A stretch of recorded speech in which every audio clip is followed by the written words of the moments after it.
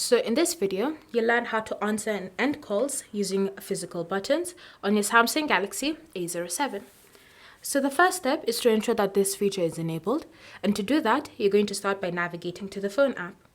In the phone app, you're then going to tap on Keypad, and then select the three dots in the top right corner. From this pop-up, choose the option Settings so that you can access the call settings menu. Once you're in the call settings menu, you're then going to tap on Answering and Ending Calls. Then you should see press volume up to answer calls and press side button to end calls. You should also see toggles next to these two features that allow you to enable them. So go ahead and tap on the toggles to turn them on. And once they've been turned on, you can now start using the volume up to answer and the side button to end calls.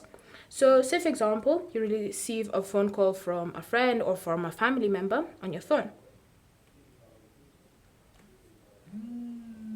As you can see right here, if you want to answer the phone call, what you're going to do is just press on the volume up button.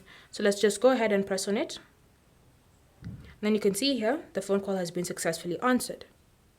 If you want to end the phone call after you've said all that's needed to be said, what you're going to do is just press on the side button once, and the phone call will be easily ended.